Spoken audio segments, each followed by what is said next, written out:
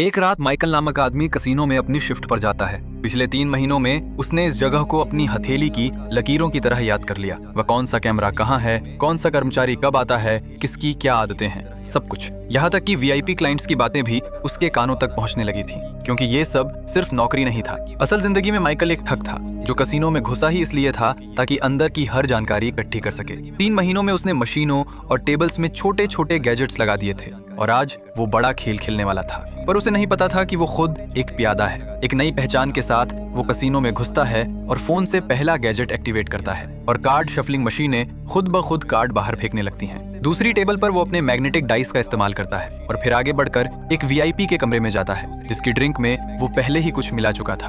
अब उसे बस उस आदमी का गोल्ड पास और कपड़े चुराने थे और उसने कर लिया। सर्विस एलिवेटर में वो अपनी चिप डाल देता है। तभी एक कर्मचारी आता है और माइकल वीआईपी बनकर गुस्से में कहता है, किसने मुझे गलत फ्लोर पर उतारा? तुम लोगों की शिकायत करूंगा मैं।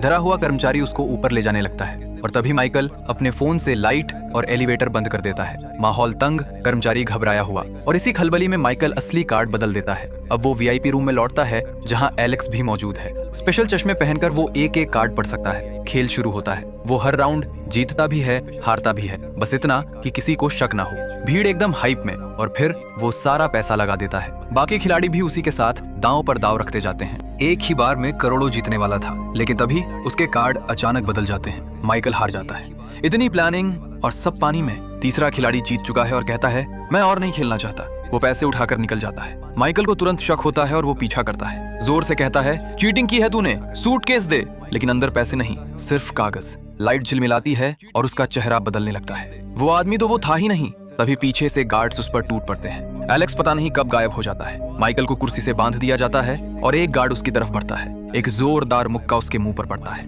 और कहानी यहाँ से और खतरनाक मोड़ लेने वाली है। कुर्सी से बंधे माइकल के सामने अब कसीनो का ओनर विक्टर खड़ा था। उसने पैसे मांगे। माइकल ने डरते डरते कहा, मैं तुम्हारा वीआईपी क्लाइंट हूँ, तुम मुझे मारोगे? बस इतना कहना था और मार और तेज पड़ने लगी। थक कर उसने सच्चाई बता दी। वहाँ एक और ठग था, सारा पैसा वही ले गया। उसने मुझे भी बेवकूफ बनाया। लेकिन विक्टर को उस पर यकीन नहीं हुआ। उसने सिर्फ एक लाइन कही, 1 हफ्ता पैसे लेकर आ, नहीं तो नतीजा बहुत बुरा होगा। अब माइकल रेगिस्तान के बीच बसे एक छोटे कसीनो में पहुंचता है। गार्ड्स ने उसे गन पॉइंट पर रोका, लेकिन तभी उनका बॉस लियोन बाहर आया। उसे छोड़ दो, ये मेरा दोस्त है। दोनों बैठकर ड्रिंक्स लेते हैं और तभी माइकल की नजर लियोन के गले में पड़े एक अजीब निशान पर जाती है जो एलेक्स के टैटू जैसा ही था। माइकल ने पूछा, ये निशान क्या है? लियोन हंसते हुए बोला, पहले बताओ इस बार क्या कांड किया है? माइकल ने पूरी घटना सुनाई। फिर लियोन ने गंभीर होते हुए कहा, तू जिससे टकरा आया है वो साइकिक है। माइकल हंस पड़ा, क्या मतलब, सुपर पावर? लियोन ने एक पुरानी किताब खोली।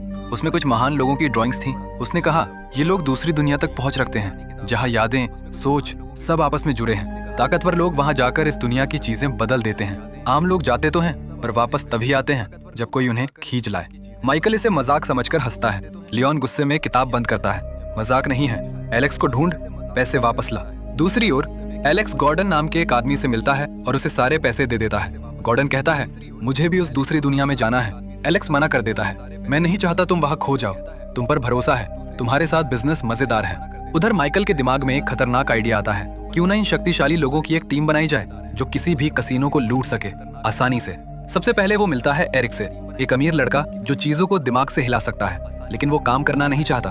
फिर मिलता है टोनी, एक टैक्सी ड्राइवर जो इलेक्ट्रॉनिक चीजों को कंट्रोल कर सकता है। काफी मनाने के बाद दोनों टीम में शामिल होते हैं। और फिर आता है सबसे खतरनाक सदस्य, केविन, एक आदमी जो किसी को भी हिप्नोटाइज कर सकता है। जो दिखाए वही सच बन जाता है और इसी वजह से उसे अभी एक मेंटल हॉस्पिटल के अंदर कैद कर रखा गया है। डॉक्टर्स केविन की शक्तियों का इस्तेमाल मरीजों के डिप्रेशन मिटाने के लिए कर रहे थे, पर माइकल ने उसे समझाया, तू यहाँ अपनी जिंदगी बर्बाद कर रहा है, मैं तुझे अमीर बना सकता हूँ।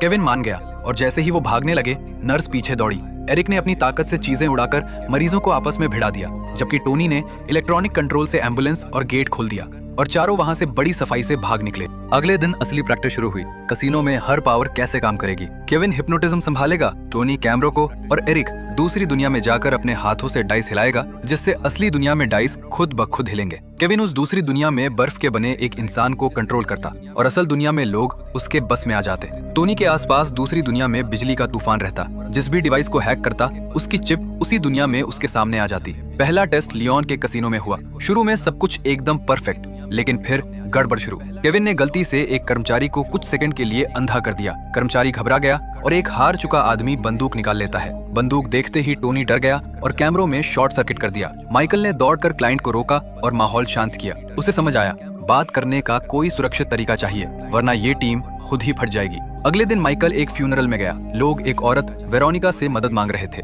अचानक काले कपड़ों में कुछ आदमी आए और वेरोनिका डर कर भाग गई। उसके गिराए हेडफोन्स माइकल ने उठा लिए। पुरानी बिल्डिंग में छुपी वेरोनिका के पास जाकर माइकल ने हेडफोन लौटा दिए और कहा, मैं उन लोगों में से नहीं हूँ। वेरोनिका ने साफ कहा, मुझे तुम्हारे प्लान में जरा भी दिलचस्पी नहीं। तभी एक आदमी उन्हें देख लेता है। माइकल वेरोनिका को भागने को कहता है और खुद उसे रोकने में लग जाता है। उधर एलेक्स के कहने पर गॉर्डन ने अपनी ट्रेनिंग शुरू की। एक माइंड कंट्रोलर ने गॉर्डन को दूसरी दुनिया में भेज दिया। अब उसके पास भी दूसरों के दिमाग को काबू करने की ताकत थी। उसका शरीर बेहोश था, लेकिन उसने एक पेंटर को मजबूर किया कि वो एक मशहूर पेंटिंग की कॉपी बनाए। फिर उसने म्यूजियम के एक कर्मचारी को कंट्रोल किया। नकली पेंटिंग को असली से बदल दो। जब असली पेंटिंग को दूसरी जगह भेजा जा रहा था, नकली पेंटिंग वैन में रखी थी और तभी गॉर्डन होश में आ गया। कंफ्यूज पेंटर से उसने थोड़े पैसों में असली पेंटिंग खरीद ली, जिसे उसने कंट्रोल किया था। उन्हें कुछ याद भी नहीं रहा। उधर माइकल ने वेरोनिका को अपने साथ काम करने के लिए मना लिया। टीम से मिलवाते हुए उसने बताया, वेरोनिका दिमाग पढ़ सकती है और बिना बोले सोच को दूसरों तक पहुंचा सकती है, यानी कसीनो में वो सबकी वायरलेस कनेक्शन होगी। प्रैक्टिस के लिए माइकल ने उसे दूसरी दुनिया में भेजा, जो उसके लिए एक अजीब सा जंगल था। माइकल ने दिमाग में सोचा, एरिक शहर के सबसे बड़े घंटों को हिलाए। वेरोनिका ने ये सोच एरिक तक पहुंचाई और एरिक ने कर दिखाया। फिर माइकल ने चाहा कि दो लोग दौड़ते हुए मदद मांगे। वेरोनिका ने केविन तक पहुंचाया। केविन ने तुरंत उसे हकीकत बना दिया। माइकल ने सोचा, काश टोनी सारी लाइट्स में शॉर्ट सर्किट कर दे, और उसी पल बिजली कट गई और पंछी उड़ने लगे। अंत में माइकल ने सोचा, सबके दिमाग में डाल दो कि भूकंप आ रहा है। वेरोनिका ने पूरा इलाका दहशत में डाल दिया। लोग भागने लगे, बस माइकल की टीम वहीं रुकी रही। इसके बाद माइकल ने रेस्टोरेंट से ड्रिंक्स चुराए और प्लान बताया। सबको अपना भेस बदलकर कसीनो में घुसना होगा। हर मेंबर अलग समय पर आएगा। वेरोनिका उसकी मंगेतर बनकर आएगी। इसके लिए स्टाइलिंग और मेकअप जरूरी था, तो सब लोग खरीदारी करने निकले। 2 दिन बाद टीम कसीनो पहुंच चुकी थी। माइकल ने खेलना शुरू किया और वेरोनिका चुपचाप उसका दिमाग पढ़कर सारी जानकारी टीम तक भेजती रही। टोनी कसीनो के कैमरे संभाल रही थी। उधर एरिक माइकल के विरोधियों में खेल रहा था और जानबूझकर सबको हरवा रहा था, ताकि माइकल आसानी से जीत सके। कुछ ही देर में माइकल खूब पैसा जीत चुका था, तो वो और वेरोनिका दूसरे टेबल पर गए,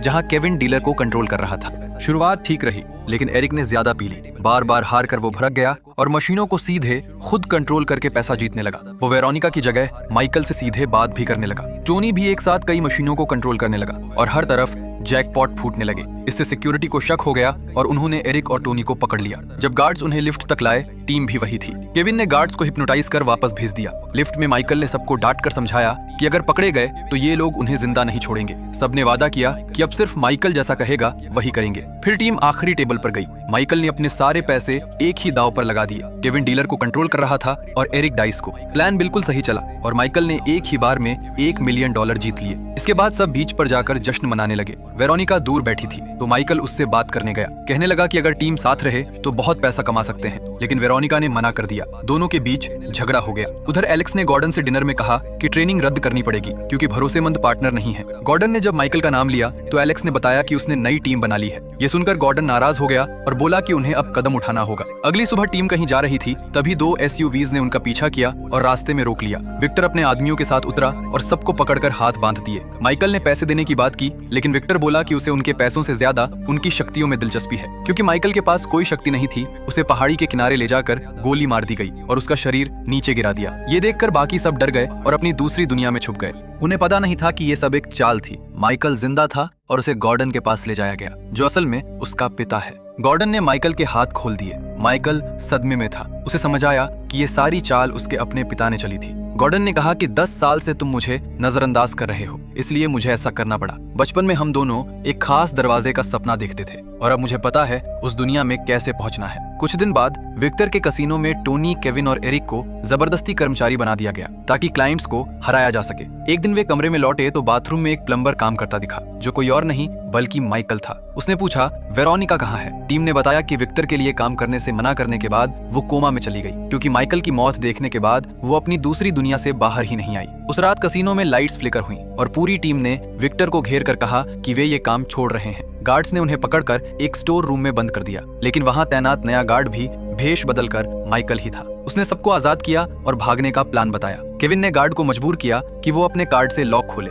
जबकि माइकल ने चाबी चुराकर एलिवेटर बेसमेंट में फंसा दिया। आगे लेजर लगे हुए थे। माइकल टीम को लेजर संभालने में लगाकर खुद वेरोनिका को ढूंढने चला गया। उसने हिसाब लगाकर उसका रूम ढूंढ निकाला, मास्क पहना और गैस बम फेंक कर गार्ड को बेहोश किया। फिर उसने वेरोनिका को बचा लिया। उधर टोनी ने कुछ लेजर बंद कर दिए और इतनी जगह बन गई कि एरिक सावधानी से निकलकर तिजोरी तक जा सके। उसने अपनी शक्ति से तिजोरी खोलना शुरू किया। इसी दौरान अलार्म बज गया और गार्ड्स दौड़ पड़े, लेकिन लिफ्ट बंद थी और एक हिप्नोटाइज्ड कर्मचारी उन पर गोली चला रहा था। उसे गिराकर गार्ड्स कॉरिडोर में घुसे, पर तब तक एरिक तिजोरी खोल चुका था। टीम अंदर गई और दरवाजा बंद कर लिया। विक्टर ने अपने आदमियों को आदेश दिया कि जैसे ही ये बाहर आए इन्हें मार दिया जाए। तभी माइकल बोला कि प्लान तब तक पूरा नहीं होगा जब तक वेरोनिका जाग नहीं जाती। टीम ने उसे रोका, कहा कि उस दुनिया में जाने पर तुम मर भी सकते हो क्योंकि तुम्हारे पास कोई शक्ति नहीं है। लेकिन माइकल फिर भी तैयार हो गया। अंत में केविन ने अपनी शक्ति से माइकल को हिप्नोटाइज किया और उसे दूसरी दुनिया में भेज दिया। माइकल एक सफेद खाली दुनिया में पहुंचता है जहां उसकी जिंदगी के सारे पल, माँ की मौत, पुराने गलत काम, जेल, सब उसके सामने तैर रहे थे। तभी उसे वेरोनिका की आवाज सुनाई देती है जो उसे खुदगर्ज कह रही होती है। अचानक उसके सामने एक दरवाजा आता है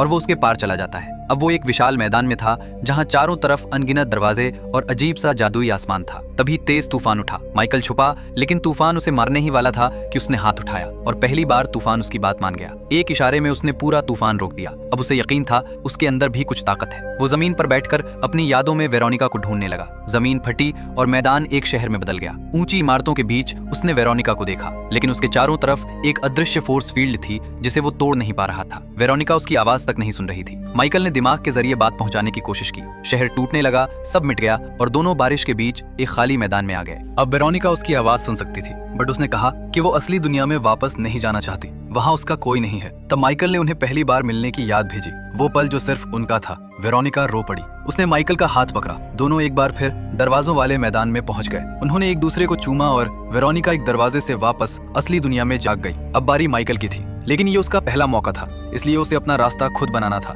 एक फ्लैशबैक में हमें दिखता है कि गॉर्डन उसे बचपन से इस दूसरी दुनिया के बारे में सिखा रहा था। वो चाहता था कि दोनों बाप बेटा मिलकर इन दुनियाओं का इस्तेमाल कर दुनिया को लूटें। वर्तमान में माइकल एक दरवाजे से एलेक्स को आता देखता है और उसके पीछे चल पड़ता है। दुनिया बदलते बदलते फिर कसीनो बन जाती है। एलेक्स उसे समझाता है कि किसी के दिमाग में कैसे घुसा जाता है और यही माइकल को अपने प्लान का आखिरी हिस्सा समझ आता है। अचानक माइकल तिजोरी में जागता है, जैसे कुछ हुआ ही ना हो। वो कहता है, हम पैसे लेकर निकल रहे हैं। टोनी लॉक खोल देता है, दरवाजा खुलता है और कॉरिडोर पूरी तरह खाली। असल में माइकल ने दूसरी दुनिया में विक्टर के दिमाग में घुसकर उसे यकीन दिला दिया था कि टीम तो बहुत पहले ही पैसे लेकर भाग चुकी है, इसलिए विक्टर अपने सारे गार्ड्स को बाहर ढूंढने भेज चुका था और यही वजह थी कि रास्ता बिल्कुल खाली मिला। इसके बाद टीम आसानी से पूरा पैसा लेकर वहां से भाग निकलती है और मूवी यहीं खत्म हो जाती है।